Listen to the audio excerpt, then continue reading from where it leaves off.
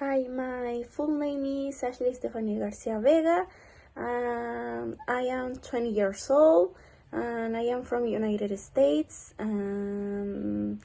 am a student veterinary and my address is 43670 Tulancingo, and a veterinarian cures animal diseases. Hello, my full name is Dana Sofia Torres Morales. I am 18 years old. I live in Mexico City. I am a medicine student and the veterinary help the farm and livestock animals. Hello, my full name is Eleazar Cortez Garcia. I'm 18 years old. I'm from Tulancingo de Bravo. I'm a student. My full address is 505 Vicente Guerrero Street. My phone number is 775-128-4886. My email address is co441985@edu.com.mx, and a veterinarian take care of the animal health. Hi, my full name is Luz Camila Lopez Ambrosio. I am 18 years old. I am from Apascom. I am a student. My address is 113 Hidalgo Avenue. My zip code is 55660. My phone number is 55366177716. My Gmail is luzcamila@gmail.com. I am single. And the veterinary save animals. Bueno. Hello, my full name is Maria Fernanda Perez Cruz. I'm 19. I'm from Pachuca. I'm a student. My address is 101 18 de Agosto Private. My phone number is 771-194-9952. My email is pe503612 at uaeh.edu.mx. A veterinary operates animals. Buenos días, buenas tardes o buenas noches. Nuestro equipo es el número 7. Nuestro tema es la oviparidad. Tomando en cuenta esto, nosotros vamos a tomar temas de lo más general a lo más particular, hablando sobre la importancia económica, social y cultural de, en este caso, las gallinas como ponedoras de huevos, al igual que vamos a tocar el tema anatómico, que vendría siendo en este caso su aparato reproductor y cómo es la formación de un huevo, también sus características histológicas, así como otros componentes que nos ayudarán a entender mejor este tema de la oviparidad. Comenzaremos hablando sobre la anatomía del útero de las gallinas. Las gallinas son animales ovíparos, es por ello que el embrión se desarrolla fuera del cuerpo de la hembra en el llamado huevo. Por ello, este debe poseer cualidades y elementos necesarios para albergar y proteger al embrión, así como proveer de alimentos, oxígeno y eliminar los productos de desechos producidos durante el desarrollo del embrión. Se debe saber que el aparato reproductor de la gallina necesita de 23 a 25 horas para producir un huevo. El huevo debe mantener el embrión durante su desarrollo y el tiempo necesario, que en este caso son 21 días. El aparato reproductor de la gallina está constituido por un ovario, un oviducto, el útero, la vagina y la cloaca. A continuación les mostraré una imagen.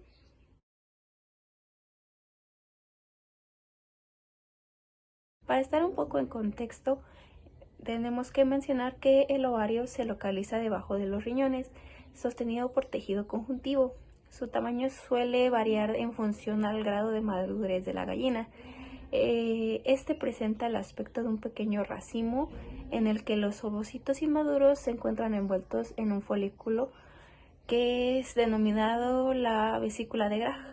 Cuando se llega a la madurez sexual, los ovocitos aumentan en tamaño y forman los óvulos y las yemas. Los óvulos crecen y maduran de forma progresiva, de manera que durante el periodo de producción de la gallina, el ovario presenta el aspecto de un racimo de yemas en diferentes estados de desarrollo. Posterior a los ovarios se encuentra el oviducto, que posee forma tubular y una longitud de 70 centímetros aproximadamente. Se extiende desde el ovario hasta el útero. Este conducto da salida al óvulo, que vendría siendo aquí la yema, y en el que se produce parte de la clara y la membrana que recubre la parte interna de la cáscara de huevo. Cabe mencionar que el huevo permanece en el útero durante 20 días. A continuación les muestro una imagen que nos va a explicar cada parte de este aparato y cómo llega el huevo. Posteriormente debemos hablar que seguidamente de esto se encuentra la vagina, que es aquí donde el huevo se encuentra retenido por un corto periodo de tiempo antes de pasar a la cloaca. El huevo puede permanecer unos pocos minutos o varias horas. También debemos hablar sobre la curva de puesta, que es la representación gráfica del tanto por ciento de producción diaria de huevos que se obtienen de un gallinero durante un determinado periodo de tiempo. La función de estas gráficas es informar sobre el estado de producción de la granja y si ésta se encuentra dentro de los parámetros óptimos. A continuación les muestro una imagen sobre la curva de puesta. Se puede decir que las gallinas empiezan a producir alrededor de las 20 semanas, aunque esto depende del tipo de raza. El pico máximo de puesta se sitúa entre la semana 21 y a la 27, en función de la raza de la gallina y los factores externos. En ausencia de fotoestimulación, la edad del comienzo de puesta se modifica. Si se agrega fotoestimulación, ahora la puesta se verá modificada por los periodos de luz. Hay que tener en cuenta que la productividad de una ponedora depende de dos factores clave: peso corporal al inicio de la puesta y porcentaje del crecimiento desde el inicio de la postura hacia el pico de producción, siendo controlados los parámetros ya mencionados por el ganadero, que podrá optimizar la producción para que esto se realice de manera adecuada, y posteriormente se seleccionará el número de horas de luz y la cantidad de alimento suministrado. Igualmente se debe de tener un control del peso de las aves durante el periodo de postura. Es necesario que durante el periodo de postura se controle el peso, que se debe ajustar a los parámetros establecidos por la casa suministradora. Se debe saber y considerar que el peso corporal influye igualmente en el peso del huevo. Es esencial establecer un control exhaustivo del peso de las aves durante el periodo de postura. Es necesario que durante el periodo de postura se controle el peso, que se debe ajustar a los parámetros establecidos por la casa suministradora. Se debe saber y considerar que el peso corporal influye igualmente en el peso del huevo. Es esencial establecer un control exhaustivo del peso de las aves durante todo el periodo de postura. En otras palabras, se debe implementar una rutina de control que considere la periodicidad del muestreo, el tamaño muestral, los niveles de alerta y la homogeneidad. A continuación, les muestro una imagen acerca del control del periodo de postura. Hay que tener en cuenta igual el proceso de formación del huevo, ya que igual es esencial y fundamental para que pues se produzca el huevo. Se pueden distinguir las etapas de estímulo hormonal, que es la formación de la yema, la ovulación, la formación de las restantes partes del huevo y la ovoposición. El estímulo hormonal, que es la formación de la yema, quiere decir que cuando las gallinas llegan a su madurez sexual, la glándula pituitaria comienza a secretar la hormona folicoestimulante, responsable de estimular los folículos de los ovarios. El ovario comienza a producir hormonas sexuales, estrógenos, testosterona y progesterona, que estimulan el desarrollo del oviducto e incitan al hígado a producir los lípidos y proteínas que constituyen la yema. El color de la yema viene determinado por la concentración de un pigmento carotenoide denominado xantófila, que es proporcionado a través de los alimentos que ingiere la gallina. A continuación les muestro una imagen sobre la esquematización de la postura. Posteriormente viene la ovulación, que una vez que la yema ha alcanzado el grado de madurez junto con el disco germinal, se desprende el folículo que la contiene mediante la glándula pituitaria. La yema cubierta únicamente con la membrana vitelina se desplaza por la primera parte del oviducto, que vendría siendo el infundíbulo, donde podrá ser fecundada por los espermatozoides. Se convierte así en un cigoto. Si la fecundación no se produce, el huevo formado con esta yema será infértil. Posteriormente sigue la formación de las restantes partes del cuerpo, que es cuando la fecundación fue exitosa, la yema pasó al magno y comienza a ser cubierta por las primeras capas de albúmina, que están constituidas por mucina. Estas primeras capas de la capa se caracterizan por ser más densas, constituyen cerca de la mitad de la clara total del huevo. A partir de ella se forma una especie de cordones que sostiene a la yema en la posición central del huevo. Finalmente, una vez finalizado el proceso anterior, en el magno se forman dos capas de clara menos densa, una ubicada en la pared interna de la clara más densa y la otra en la pared externa. Pasa al istmo, donde sigue aumentando el volumen de distintas capas de la clara. Luego pasa al útero, donde se integran sales minerales y agua, y se complementa así el contenido del huevo y a su vez del embrión. Para concluir, hablaré sobre la ovoposición, que es cuando el huevo pasa del útero a la vagina y de ahí a la cloaca, donde queda en la esfera de la ovoposición. Puede permanecer en la cloaca durante varias horas, aunque se espera que el tiempo de retención sea mínimo. En la cloaca el huevo se rota, quedando con la punta más fina hacia atrás. De este modo se minimizan las roturas que puede llegar a presentar el huevo. En la glándula calcígena se genera la cáscara del huevo. Antes de la salida del huevo del útero, este es recubierto por una fina capa cuya función es lubricar la cáscara para facilitar el paso del huevo de la vagina a la cloaca. Cuando el huevo es expulsado, el agua que contiene la cutícula se evapora y el material orgánico que la forma queda fijado en la cáscara. A continuación les mostraré una imagen de las partes del huevo. Este proceso puede ser interrumpido si el ave está asustada. El tiempo que transcurre durante todo el proceso de puesta oscila entre las 23 y las 26 horas.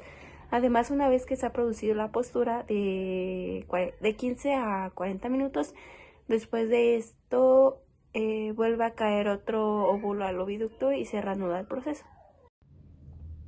A continuación les voy a hablar acerca de la histología del sistema reproductor femenino de las aves. El desarrollo ovárico y la formación de huevos en aves son procesos complejos que involucran la transformación de ovácitos a través de distintas etapas. En aves adultas persiste solo el ovario izquierdo, el cual presenta una corteza y médula ovárica, distorsionados debido a la presencia de folículos en varios estadios de desarrollo o de atresia, cada uno unido al tronco del ovario por un pedúnculo. A diferencia de los mamíferos, en el ovario aviar no se desarrollan verdaderos folículos con un otro folículo relleno de fluido. En su lugar, el ovocito está rodeado por células de la granulosa, y estas a su vez están rodeadas por células de la teca interna y externa. Durante la ovulación, las células de la granulosa se desprenden junto con el ovocito, mientras que las células de la teca permanecen para formar un cuerpo lúteo temporal. El desarrollo de los folículos comienza después de la eclosión, cuando la ovoganía crece y se convierte en el ovocito primario, rodeado por células foliculares. Posteriormente, el ovocito primario experimenta la primera división meiótica, transformándose en un ovocito secundario. En la madurez sexual de las aves, alrededor de los 5 o 6 meses de la gallina, los ovocitos secundarios son ovulados y la segunda división meiótica se completa tras la fecundación, dando lugar a un huevo y posteriormente a un cigoto. El oviducto es un componente crucial del sistema reproductor de las aves. Es un componente especializado presente únicamente en el lado izquierdo de la adulta. Este reproductor se compone de 5 secciones: el infundíbulo, el magno, el istmo, el útero y la vagina. Cada sección desempeña un papel esencial en la formación del huevo, garantizando la producción de estructuras de alta calidad y destinadas a la reproducción de la especie. En el infundíbulo, la primera parte del oviducto, el huevo es liberado por el ovario y capturado por largas linfimbrias. En esta región donde se produce la fecundación, en condiciones normales, la mucosa y submucosa del infundíbulo presentan pliegues más que permiten la retención temporal del huevo, donde permanecen durante unos 30 o 20 o 30 minutos. El epitelio cilíndrico pseudoestratificado, ciliado y las células caliciformes contribuyen a la función de este segmento. Luego el huevo pasa al magno, donde adquiere la albúmina y permanece durante aproximadamente 2 o 3 horas. Aquí el epitelio cilíndrico simple con células ciliadas y caliciformes se asocian con glándulas tubulares largas que contribuyen a la producción de componentes claves del huevo. La capa de músculo circular liso y la túnica cerosa completan la estructura y función de esta sección. El istmo es la región donde se forman las membranas de la cáscara y del huevo permanece alrededor de una hora y cuarto. Su epitelio cilíndrico simple, junto con las glándulas tubulares ramificadas, contribuye a la producción de las membranas. La túnica muscular y la túnica cerosa colaboran en la expulsión adecuada del huevo hacia la siguiente sección. El útero. En el útero, también conocido como la glándula formadora de la cáscara, el huevo experimenta una rotación asociada con el arrollamiento de las chalazas. Aquí se forman los componentes esenciales de la cáscara, incluida la matriz orgánica y la cutícula. La presencia de un epitelio cilíndrico ciliado y pseudoestratificado, así como glándulas tubulares arrolladas y ramificadas, es fundamental para estas funciones. Por último, el huevo pasa por la vagina, donde se retiene por un corto periodo de tiempo antes de ser expulsado. Aunque la vagina no participa en la formación de huevo, su estructura contribuye a la expulsión adecuada del huevo mismo y las glándulas receptoras de esperma, ubicadas en la unión uterovaginal, podrían servir como almacén de espermatozoides. Bueno, yo les voy a hablar sobre la biología celular en la ovoposición.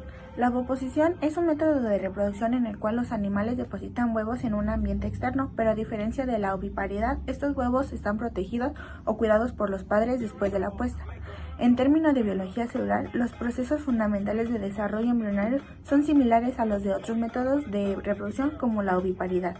Durante la ovoposición, los animales, en lugar de simplemente dejar los huevos en un entorno, los colocan en un lugar específico y a menudo proporcionan algún nivel de cuidado parental para proteger los huevos y en algunos casos las crías después de la eclosión.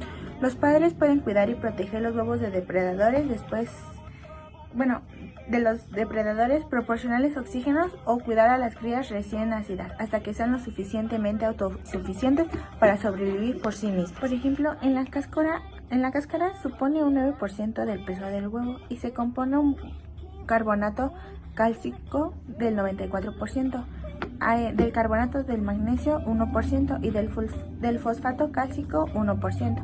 De la materia orgánica 4% y su color depende de la presencia de pigmento compuesto por ovoporofinas, ligado a la raza de la gallina. En su superficie hay numerosos poros entre 7.000 y 15.000 que facilitan el intercambio gaseoso entre el interior y el exterior del huevo. La cutícula, su color depende de la presencia de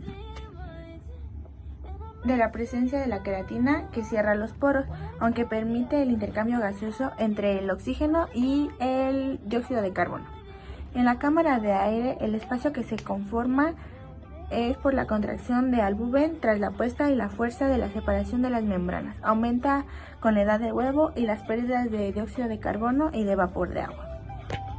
Bueno, ahora yo les voy a hablar de las rutas metabólicas que tienen las gallinas utilizadas a la oviparidad y del consumo y la producción de huevo en relevancia socioeconómica.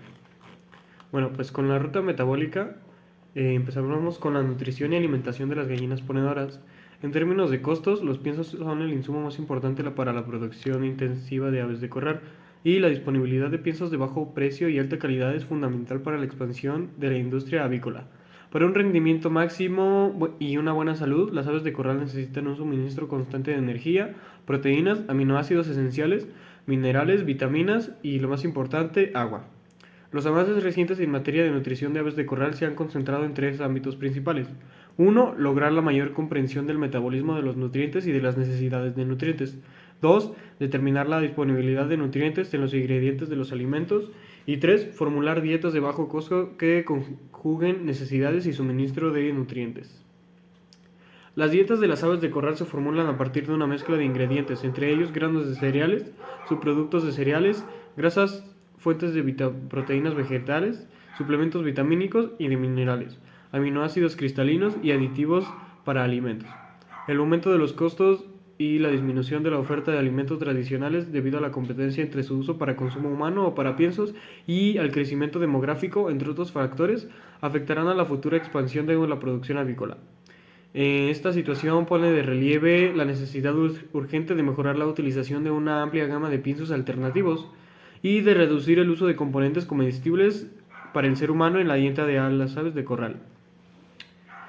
El uso de la mayoría de los piensos alternativos es actualmente insignificante debido a las limitaciones impuestas por factores nutricionales, técnicos y socioeconómicos.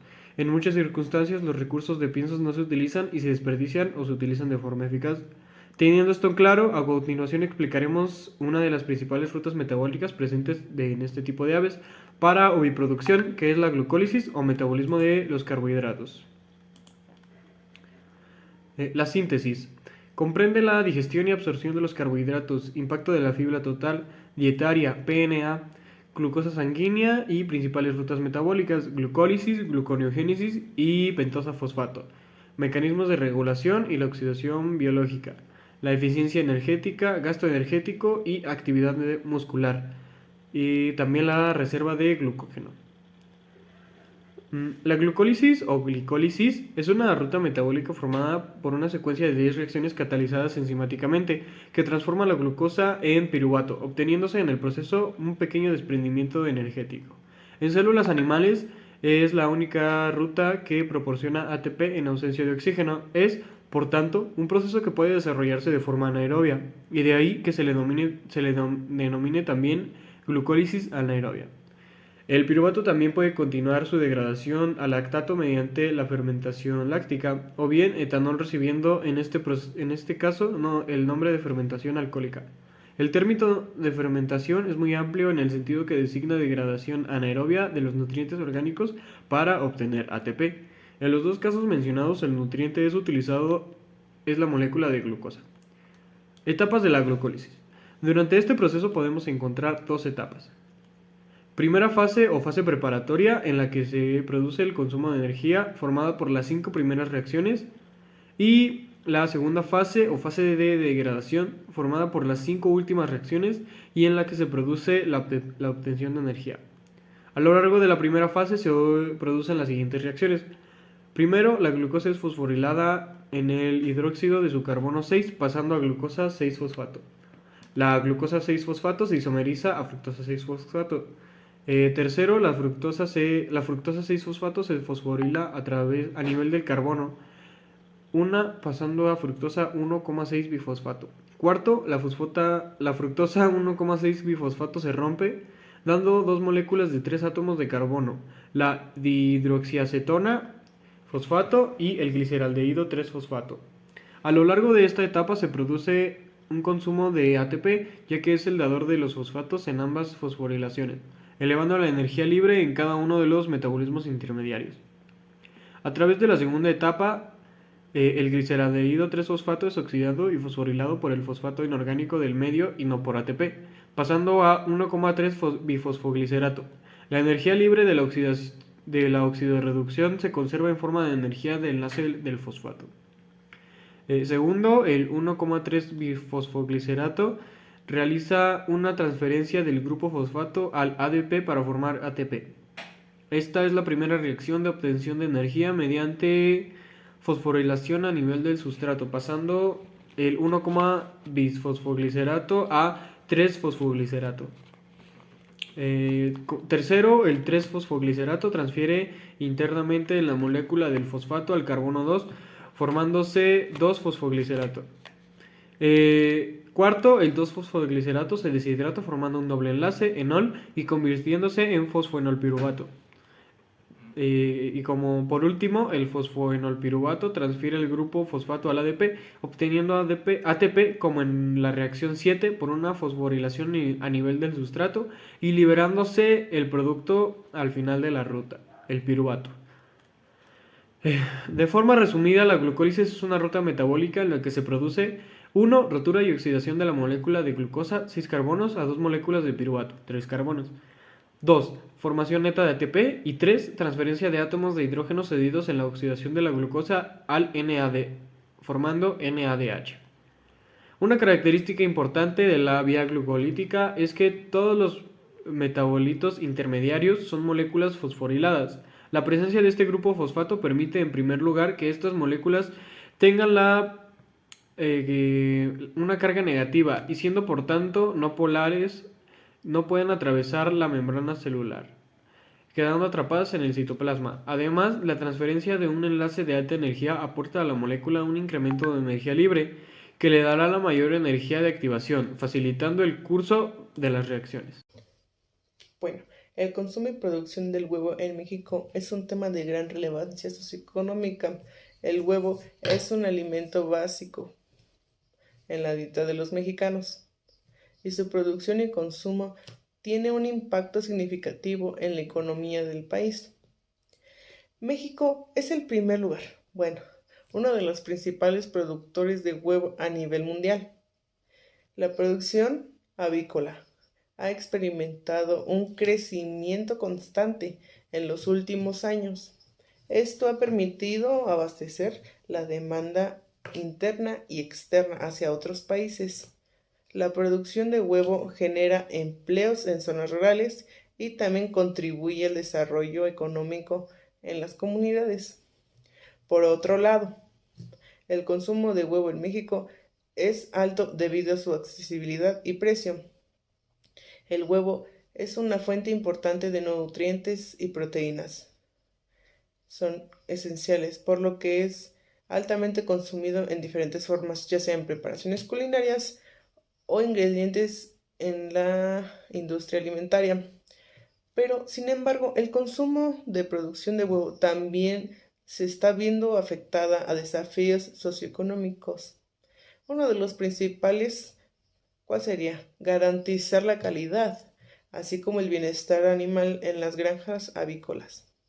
Estos aspectos son fundamentales para mantener la confianza del consumidor y asegurar la competitividad del sector. Además, el mercado del huevo en México también se ve afectado por factores externos, como los precios internacionales de insumos y regularizaciones sanitarias. Estos factores pueden influir en los costos de producción y en los precios al consumidor. El consumo y producción del huevo en México tiene un impacto significativo en la economía y la sociedad. Es necesario seguir impulsando el desarrollo de la industria avícola, manejando la calidad del producto y garantizar la sostenibilidad del sector. Asimismo, es importante fomentar el consumo responsable y consciente, promoviendo la educación sobre el valor nutricional del huevo y su contribución a una alimentación saludable. Bueno, muchas gracias por todo. Este fue nuestro proyecto integrador sobre la oviparidad.